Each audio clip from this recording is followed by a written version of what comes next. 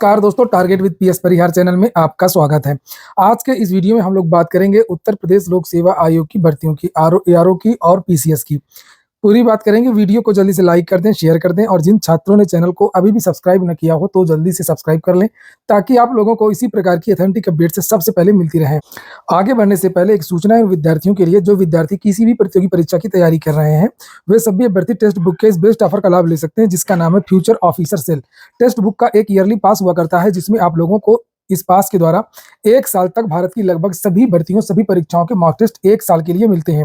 यानी कि आप लोग इसी पास प्रो से railway, bank, SSC, UPSC, UPPSC सभी भर्तियों के मॉक टेस्ट दे सकते हैं। अगर हम बात करें कि इसमें कितनी भर्तियां कवर की गई हैं, तो इसमें लगभग 800 से ज्यादा एग्जाम कवर किए गए हैं, 800 से ज्यादा भर्तियां कवर की गई हैं और मॉक टेस्ट की संख्या लगभग 80,000 से ज्यादा है। 14 लाख से ज्यादा विद्यार्थी इस प्लेटफॉर्म में जुड़े हुए हैं और 12 से अधिक भाषाओं में आपको यहाँ पर मॉक टेस्ट मिल जाएंगे। लिंक मैंने इसकी डिस्क्रिप्शन बॉक्स में दे दी है, तो आप लोग जाकर के इस ऑफर का लाभ ले सकते हैं।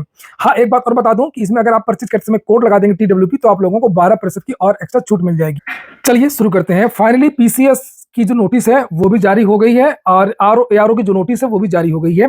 आरओ एआरओ के बारे में बताया गया कि ये परीक्षा 22 दिसंबर और 23 दिसंबर को होगी और कहा गया है कि एक शासनादेश जारी हुआ जिसमें यह कहा गया है कि 5 लाख अभ्यर्थी, ये देखिए लिखा है, प्राविधान एक पाली में यथासंभव अधिकतम 5 लाख अभ्यर्थी हो। इससे अधिक अभ्यर्थी होने पर कई पालियों में परीक्षा कराई जाए। उसके आलोक में इसमें 10,76,000 विद्यार्थियों ने आवेदन किया है, तो इसलिए हम जो है 3 पालियों में परीक्षा करवा रहे हैं। वहीं पर पीसीएस के बारे में भी यही बात बताई गई है कि पीसीएस में भी जो है ये 7 और 8 दिसंबर को, जबकि इसमें देखिए वो बात नहीं लिखी है इन्होंने 5 लाख वाली, क्योंकि इसमें पीसीएस को छूट दिया गया था, लोक सेवा आयोग को छूट दिया गया था, इसलिए वो बात इन्होंने यहाँ पर नहीं लिखी है।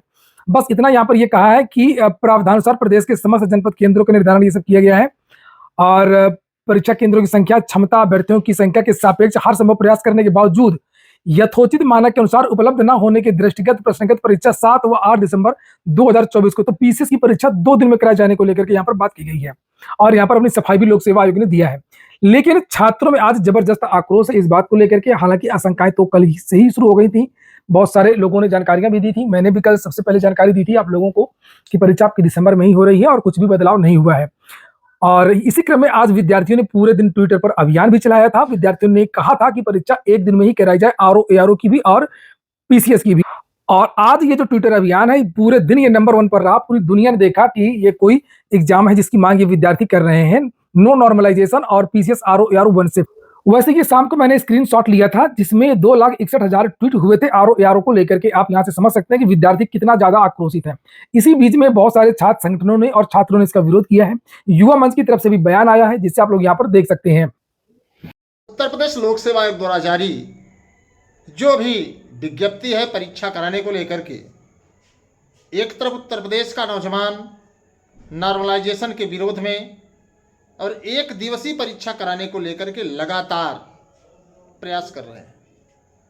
ऐसे हालात में लोक सेवा आयोग द्वारा परीक्षा की तिथियों को जारी करना यह स्पष्ट करता है कि सरकार की मंशा, शासन की मंशा, लोक सेवा आयोग की मंशा है कि भर्तियां जो है न्यायालय की चौखट में या तमाम दांव पेच में फंसे। स्पष्टता आपको बता दें कि अगर लोक सेवा आयोग चाहता तो पूरे प्रदेश में परीक्षा करा करके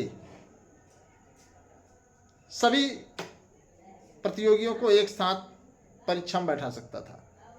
क्योंकि आपने देखा होगा कुछ गिने चुने ही जिले में, पूरे उत्तर प्रदेश में 75 जिले हैं और लोक सेवा आयोग शायद 41 जिले में ही परीक्षा करा रहा है। तो एक बड़ा दुर्भाग्यपूर्ण है। अगर लोक सेवा आयोग चाहता तो पूरे प्रदेश में सरकारी विद्यालय में परीक्षा करा करके 1 दिवसीय परीक्षा करा सकता था और ये जो नॉर्मलाइजेशन का विरोध हो रहा है इसका भी समाधान हो सकता था। लेकिन दुर्भाग्य है कि लोक सेवा आयोग ने ऐसा कोई निर्णय नहीं लिया और लगातार छात्र आक्रोशित हैं। आंदोलन आज पूरे दिन ट्विटर अभियान भी चला। तो ऐसे में अब देखिए क्या होता है। लेकिन लोक सेवा आयोग को इस पर गंभीरता से विचार करना चाहिए था। प्रदेश के मुखिया योगी आदित्यनाथ को भी इस पर विचार करना पड़ेगा। धन्यवाद।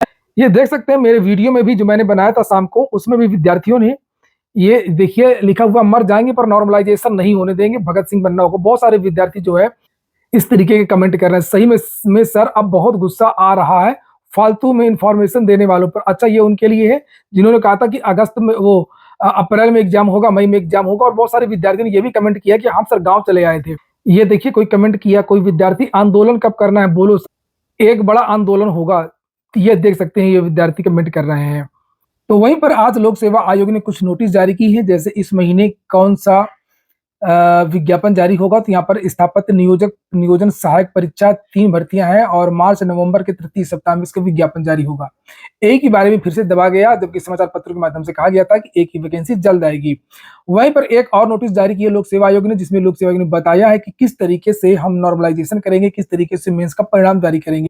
ये वो नोटिस है जिसे आप लोग यहाँ पर ये देख सकते हैं। इसमें बताया गया है कि हाईकोर्ट के विभिन्न प्रकरणों के बाद में ये एक फार्मूला तैयार किया गया था, एक कोई मामला था, और वही फार्मूला इस एग्जाम के रिजल्ट में जारी किया जाएगा। यहाँ पर देख सकते हैं, number of candidates in shift having raw score less than और इक्वल, और यहाँ पर नीचे लिखा है कि एनजे का मतलब लिखा हुआ total number of candidates appearing, एक शिफ्ट में जितने परीक्षार्थी होंगे, परीक्षा में बैठेंगे जितने अभ्यर्थी अपियरिंग, और गुणते 100, यानी कि निकाला जा रहा परसेंटाइल, निकाला जा रहा विद्यार्थियों।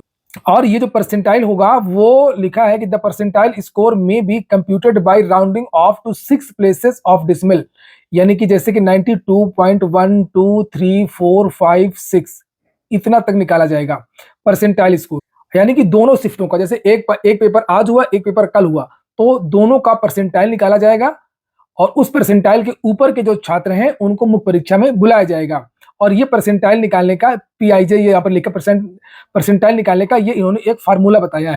और यहाँ पर लोक सेवा आयोग ने नीचे अपनी सफाई भी दी है, लेकिन इसमें बहुत सारी विसंगतियां भी, जैसे लोगों को पता नहीं चल पाएगा। जैसे पहले हम लोग पता कर लिया करते थे कि इतने क्वेश्चन के ऊपर कट ऑफ जा सकता है, तो कट ऑफ, संभावित कट ऑफ भी लोग अब अनुमान नहीं लगा पाएंगे कि कितना परसेंटाइल बनेगा, कितने विद्यार्थी अपियर हुए हैं, और जिस शिफ्ट की परीक्षा होगी परसेंटाइल में, तो उसी के हाईएस्ट विद्यार्थी से जो परसेंटाइल का जो फार्मूला है उससे जो परसेंटाइल स्कोर है वो तैयार किया जाए।